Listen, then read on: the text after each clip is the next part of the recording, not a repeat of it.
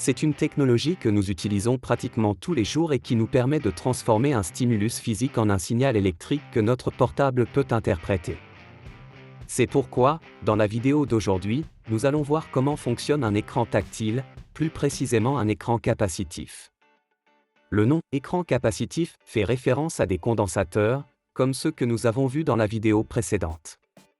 Pour vous rafraîchir un peu la mémoire, un condensateur est composé principalement de 3 éléments, un conducteur, un diélectrique et un autre conducteur.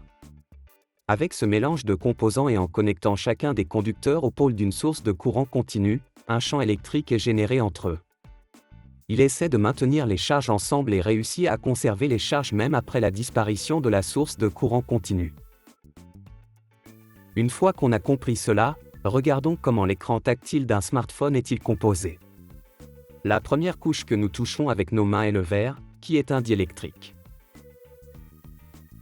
La deuxième couche est une série de lignes horizontales d'électrodes, constituées d'un matériau conducteur transparent, comme ceux à base d'oxyde d'indium et d'étain, d'oxyde de zinc ou de graphène, entre beaucoup d'autres options. Nous allons avoir beaucoup de composants transparents, donc nous allons changer la couleur des électrodes pour le moment, afin de mieux visualiser l'interaction entre les pièces. La troisième couche est un diélectrique adhésif transparent.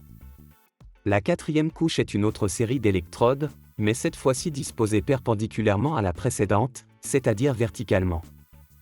Et enfin une couche de verre ou d'un autre matériau transparent, qui se trouve juste devant l'écran qui produit les images.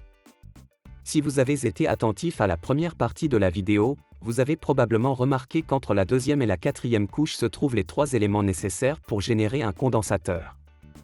Cependant, s'il n'y a pas de stimulus physique, le champ électrique entre les électrodes restera dans un état neutre.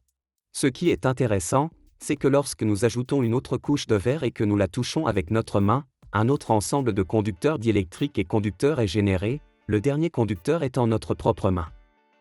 Peut-être qu'elles ont une charge imperceptible, mais elles sont toujours capables de générer une variation du champ électrique entre elles et l'électrode la plus proche d'elles, et ceci à son tour sur l'électrode derrière elles. Il est facile pour nous de savoir où nous touchons sur l'écran, mais comment le téléphone sait-il où nous touchons?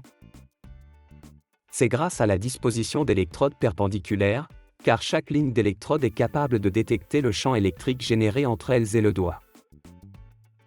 Ainsi, si nous analysons une couche d'électrodes lorsque nous posons un doigt sur l'écran, des champs électriques de différentes intensités seront générés.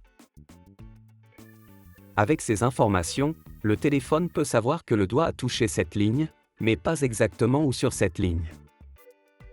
C'est ici qu'intervient la deuxième couche d'électrodes, car elle est perpendiculaire et elle nous donne exactement l'information dont nous avons besoin. En disposant de ces deux ensembles d'informations, nous pouvons les fusionner pour savoir exactement quel point de l'écran notre doigt a touché. Il faut savoir que le traitement de ces signaux n'est pas si simple, car il exige beaucoup de précision.